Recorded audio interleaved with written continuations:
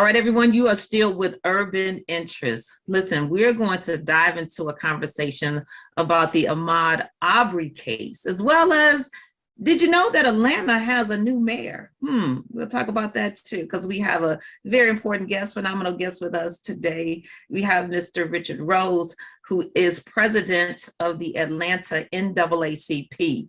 Mr. Rose, how are you? I'm great. How are you today? I am absolutely wonderful. Thank you so much for taking some time with us. So listen, let's just dive into the conversation, okay? Okay. Let's talk about the Ahmaud Arbery case. The courts convicted the murderers. I think a lot of us are truly shocked about it. And it's crazy because we was probably thinking the opposite, hoping that it wouldn't happen, but we didn't want to be disappointed. And so what type of sentencing or sentence will they get with regards to this case? Well, the convictions were for felony murder and malice murder on the main defendant, which was Travis McMichael. And I like to call it the McMichael case because Ahmaud Arbery was not on trial. Who's on trial is really the justice system. And, you know, they had a hard time even getting arrests. They had 3 South Georgia district attorneys passed on it, you know, set them free, say, hey, this is nothing good. And they just killed a black man, so this is nothing.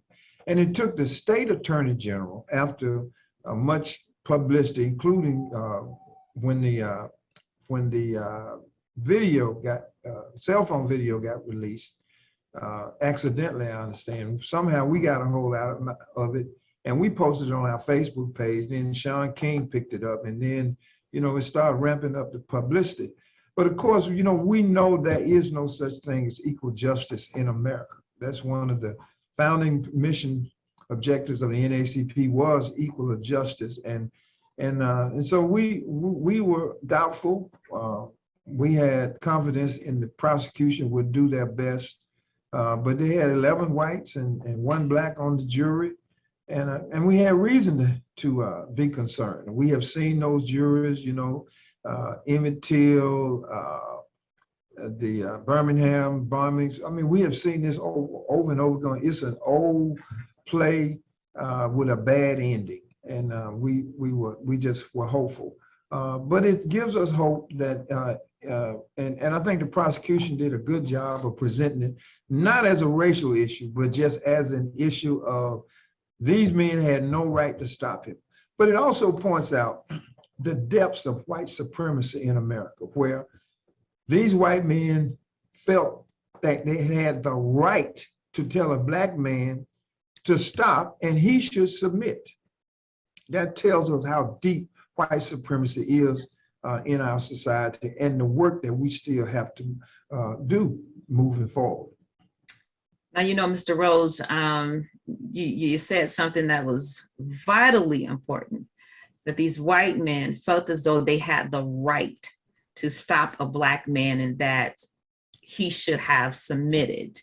It's very grievous, to be honest with you, that we're still talking about this.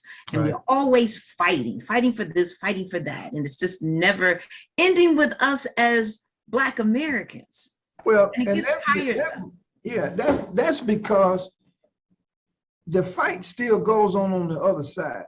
You know, part of the narrative of white supremacy was never good enough to say, we're white people, we should be superior. The same time they were saying blacks are inferior, you are lazy, you are oversexed, you are shiftless, you're broke, you're ignorant, you're uneducated. And so Confederate monuments continue those narratives all over the country. And so when government submits a posit, then a lot of people adopt it. Government has said whites should be superior and black people are inferior. And we have built all of these monuments, which are political statements, to reinforce that. So all this time we've been marching, we've been suing, we've been voting. The opposite, the narrative of white supremacy has been promoted continuously. Georgia is home to the largest shrine of white supremacy in the history of the world. And unless we reparations, which comes from the word repair, reparations must start with changing government to get out of the white supremacy business. So Mr. Rose, I mean, so let's drop an anchor right there, that the government must get out of the white supremacy business. Really, will that happen? Because we've got, I mean, with the past administration, we saw they came out in droves, and they are heads of big corporations and companies, billion-dollar companies and entities. They're also in government. They are prosecutors. They are attorney generals. They're judges. And some of them are, antiquated, and some of them are young with this supremacist thought in mind. So can that really happen? It can only happen if we rise up and have a new revolution. When I first made a statement, the Atlanta NAACP made a statement about Confederate monuments, and we had a big press conference at the SCLC headquarters here in Atlanta. And afterward, I received a lot of phone calls at the NAACP office. One in particular was a polite man, and I had steeled myself for another tongue lashing, another vitriolic call. But this guy says, he was polite. He said, "Mr. Rose," he said, "I'm a white guy. And what y'all have to understand is that the Civil War never ended. We have to understand that the Civil War never ended. The hostility between soldiers in blue and soldiers in gray, that ended in April or somewhere in 1865. But the fight against Blacks as equal citizens in America has never ended. And we have to understand that. We cannot be silent. Silence gives consent. We have to be activists in voting, in speaking out, in the streets, like in the summer of 2020 that showed us. We have to continue to fight against these policies. Unfortunately, some of these policies are carried on by Black politicians. And so we have to stop that. In Atlanta, we just had a mayoral election, and a previous mayor had run, did not make the runoff, because in Georgia you have to win 50% plus another vote to win. But his policies were straight out the white supremacy playbook. And so we have to understand where we really are. Just because a Black face is in that office doesn't mean that the policies will change. We must change the policies. All right, now I just heard you say something, and I will agree with you personally. I will agree that we have people, Black men and women, who get into these particular offices, these leadership roles, and then they succumb to, I guess, the pressures, or maybe there was a hidden agenda just to get to where you want it to be. And so the real agenda come forth. And so, Mr. Rose, we're talking about Amy Geiger and Derek Chauvin, as well as these three murderers. So are things turning a corner in your particular viewpoint, perspective? I wouldn't say there's a turning the corner. I think it's, I think there is room, excuse me, to be encouraged by some of these actions, but we must remain vigilant. We cannot relax. It is the duty of the oppressed to resist, and we must resist. I think that the progression of oppression is complicated, but you can boil it down. The first reaction to oppression is resistance. The second one is acknowledgement. This is where I am. How do I escape? How to get off this ship, how to get off this plantation. The third is acceptance, where the oppressed class accepts the oppression as normal.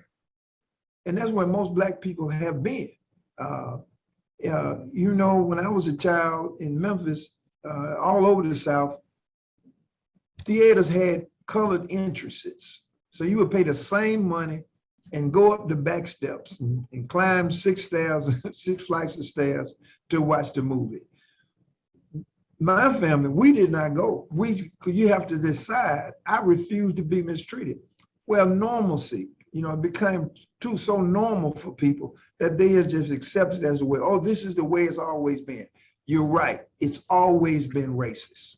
And unless we change the dynamics of these institutions, then we are buying into the same racism. Well, Mr. Rose, one of the ways that we do change the dynamics of these institutions is that we come out and vote. Absolutely. Not only in the big election when there's a president, but our local elections. And all across this nation, there's low voter turnout in the local elections. So how do we get people, to change their mindset about participating in local elections and how much more important they are than the presidential election? So two of the strongest emotions that come from sustained oppression are anger, obviously, but also apathy, where people have really given up. Black people have said, okay, no matter what I do, I'm not going to get out of this bad economic situation. I will still be oppressed. I still have to be pulled over for driving while black. We have to reject the apathy of oppression and encourage people to vote. We have the same thing. Less than 25% of the voters in Atlanta voted in this last election, November 2nd and the runoff on November 3rd. You are right. And interestingly enough, I had a conversation with two young black men last night at a restaurant about voting. One said, why would I vote? And the question is, why wouldn't you vote? What we've done in Atlanta, we've partnered with a coalition, the Coalition for the People's Agenda, which is another grassroots organization we work with. We commissioned a study done by the Howard University Political Science Department to survey non-voters or low propensity voters, black voters, and try to understand what are the reasons that they don't vote. And so we would turn this into a campaign. When we looked at voting instructive policy practices from the 60s, it was 4 steps: voter education, voter registration, voter education again, and voter mobilization. This is where we still are. And more black men versus black women. Black women usually turn out. Black men, I guess, black men have the most interaction with the justice system, from tickets, from automobile tickets to pulling over to, what are you doing, through the criminal justice system. And so we have the most to lose, but with the apathy, I think, has made us have taken away our pride and taken away our self-worth, taken away what we need to go and vote. Because the two objectives of oppression are degradation and deprivation. Degrade you, take away your self-worth, and take away your resources and access to resources. That oppression, the campaign of oppression has worked. My goodness. So we're seeing, though, a rise up in millennial leadership. We are seeing our young people, both male and female, who are, stepping up and becoming part of the, political landscape. Some may come with traditional, platforms or agendas, and then there are the others that are non-traditional and may be considered more progressive and out of the box thinking, so to speak, because it's not politics as usual. What are your thoughts about that? Well, I think that's true. Even in Atlanta yesterday, we had 3 young people, mid-30s or less, who won city council seats. 2 of them defeated older black women who had become what I call the nod squad. They just went along with everything that was presented to them. And so that's a great move. And we have to move those people out who have given up the fight, who have decided that this is okay. you know, sitting on the back of the bus is okay. Going up the side of the building, you know, to the theater is okay. Going around the back to the restaurant is okay. No, it's not okay. And so we really have to depend on these young people to bring us out, because it was, you know, decades ago, it was young. I was a young person who defied the system, who defied the status quo, because the status quo will not change unless it is made to feel discomfort. Only then will there be change. You're absolutely right about that. When you make folks uncomfortable with the possibility of losing their title, position, and level of living, then let's just sum it up. Money talks and everything else is out the window, basically. Absolutely, absolutely. Money and power. Money and power, you're and right power about that. Gets money. Yes, you're right about that. So let's kind of segue back to the case, because I want to talk a little bit about it, and then I want to wrap it up with you. And you did mention that the prosecutor kept race out of the case and to get the conviction. And so with that, does this let white people off the hook, you know, and let them ignore, you know, the racial dynamics, that the race wasn't brought into that particular case? What are your thoughts on that? Because we know race was at the center and at the core, but the conviction came not from the racial standpoint. Right. Well, no, we can't let white folks off the hook.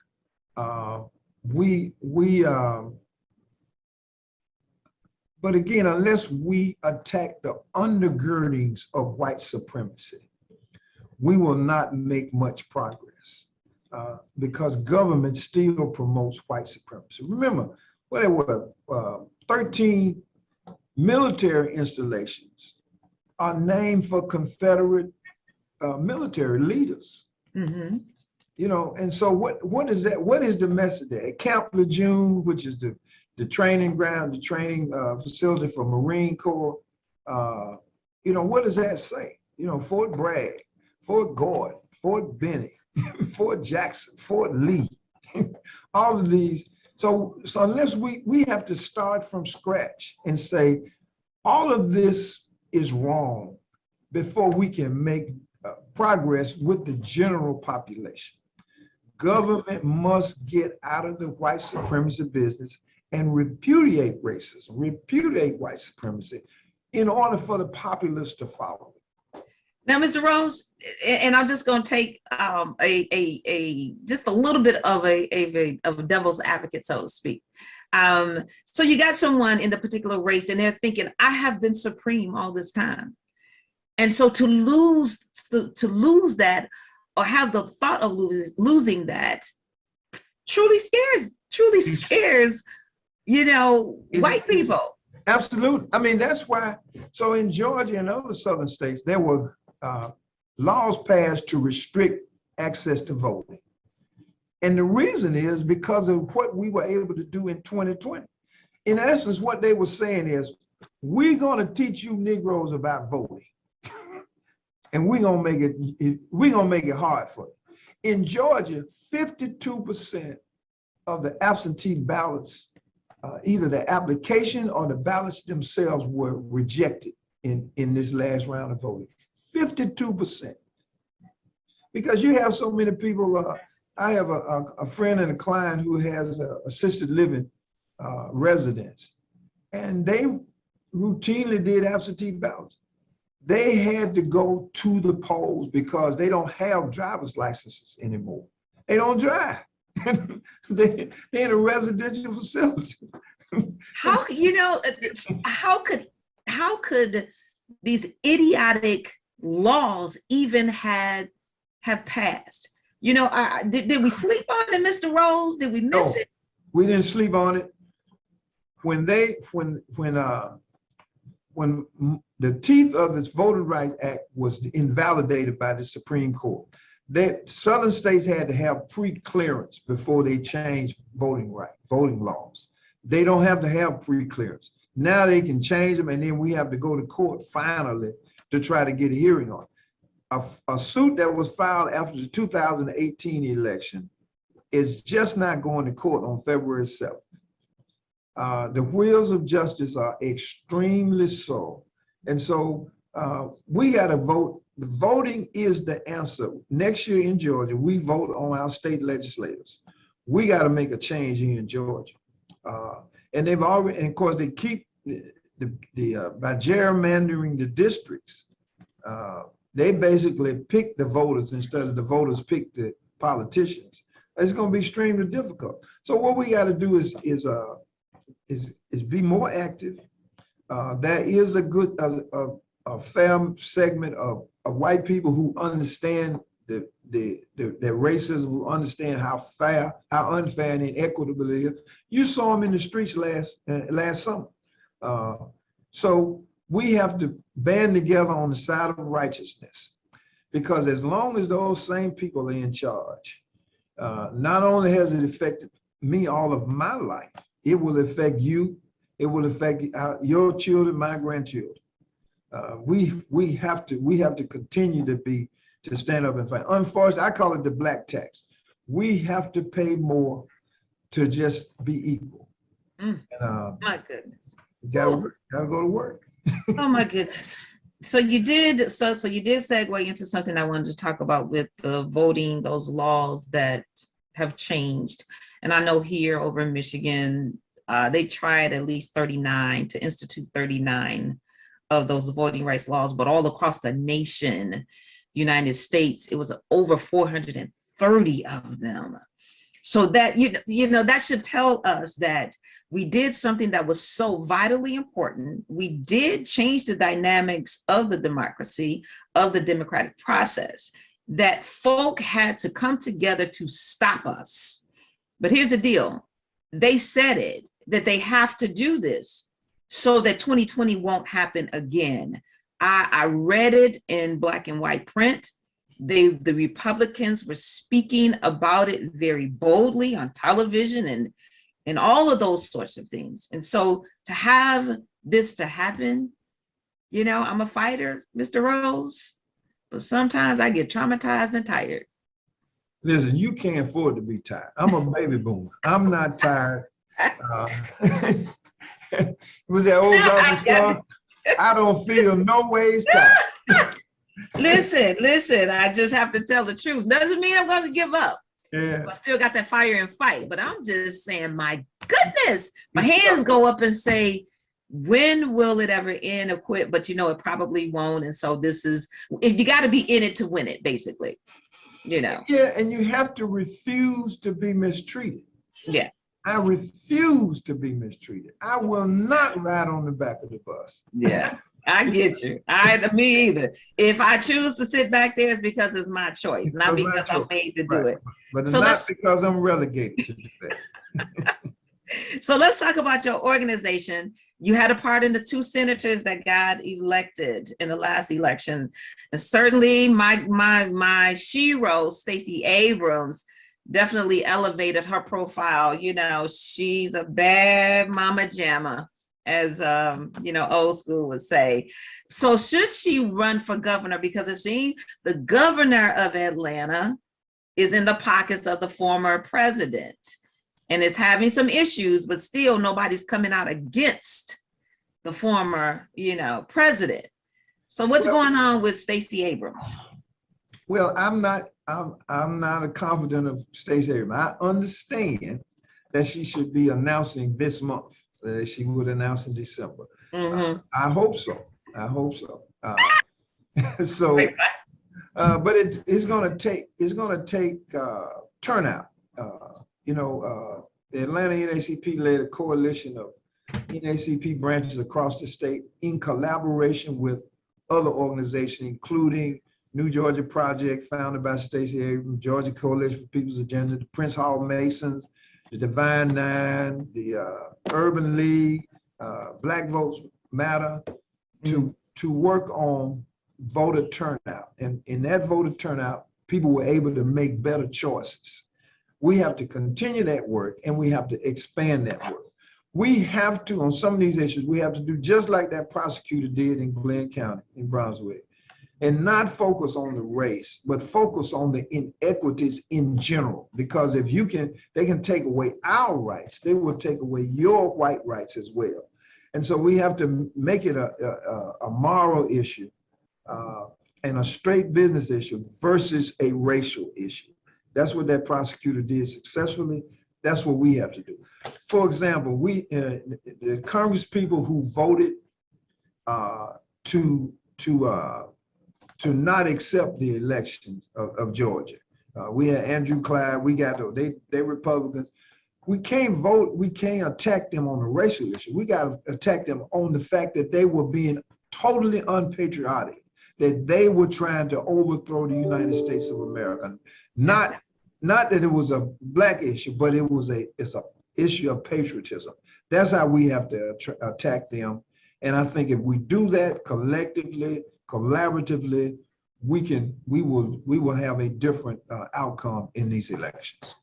Well, I'm gonna tell you, Mr. Rhodes, people are trying to, what I want to say, lack of a better word, stamp out and play down what happened January 6th, that insurrection. It happened. Denial, right? They're in denial about it. In denial, in denial about what you see, right in front of your eyes. We saw the anger, the hostility, the aggressiveness of them to really want to do that. And hopefully with the education about the moral compass that you're talking about, that will definitely be built into getting other people to see if it happens, if things are turned in a different manner, then your rights are going to be impacted. It's not only going to be us, as you said, but democracy in itself, is going to be turned into a different pathway. So that's good.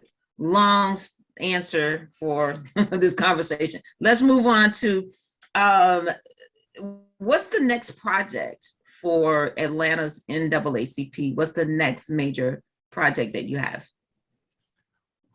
Well, excuse me. So we have NAACP branches across this country have Emancipation Day celebrate ceremonies. We call it, some people call it Jubilee Day. So January 1st, we'll kick off the year with our Jubilee Day service. We've had in the past Congressman Hank Johnson, National Board President Rosin Brock, Speaker. We're trying to get David Scott to speak for us this year. We'll know better about his schedule. And after that, we're going to take that study that we commissioned from Howard University and attack the communities to re-educate them, to re-energize them, to explain why voting is so important and why they are essential. We are essential to our own freedom.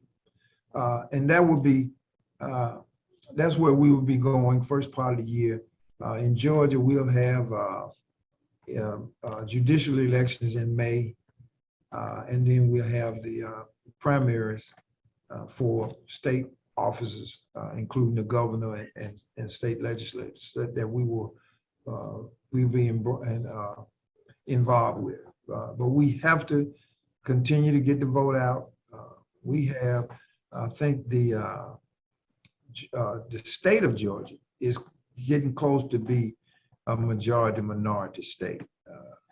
And there are counties obviously around Atlanta that already are.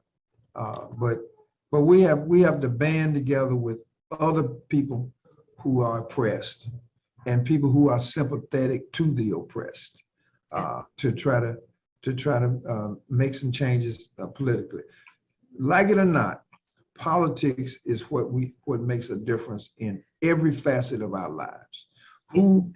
Where the school board money is spent, who elects the sheriff, who appoints the police chief, who hires this person, where health, where transportation.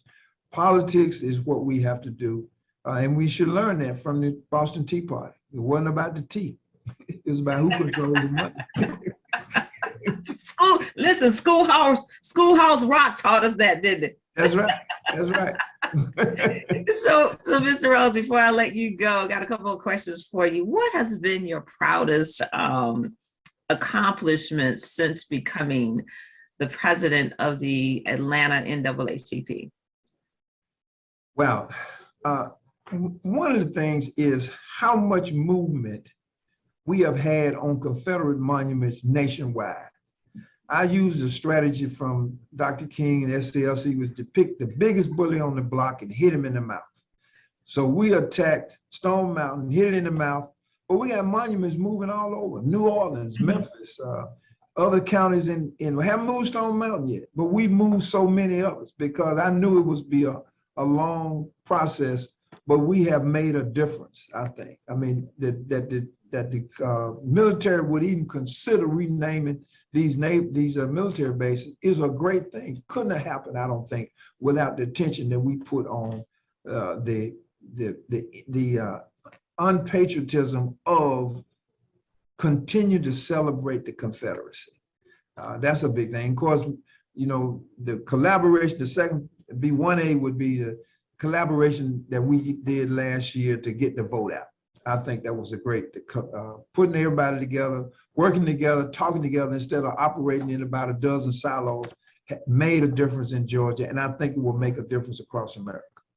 All right, that's wonderful. So let's see here. You've got a business background. Yes. How has that helped in this particular situation with this particular leadership role? Well, I'm a certified public accountant since I was 24. So that's a profession of analysis. And what I did, I looked at the NAACP as being in the business of civil rights. And we approached it like that. You know, we're not a social program. We deal with social issues, but we got to have people who can operate. You know, our programs director is a law school graduate, and so she can manage all the different kinds of calls. We get over 1,000 calls and emails a month. If we don't have business people and a business approach to it, we can't meet the needs of the community. So that has been a big difference. Of course, I have IT background as well, so that helped me restructure the Atlanta NAACP my first year. We redid the website, redid social media, where people could pay and donate online, information online. You have to communicate, and you gotta have some money. I mean, everything costs money.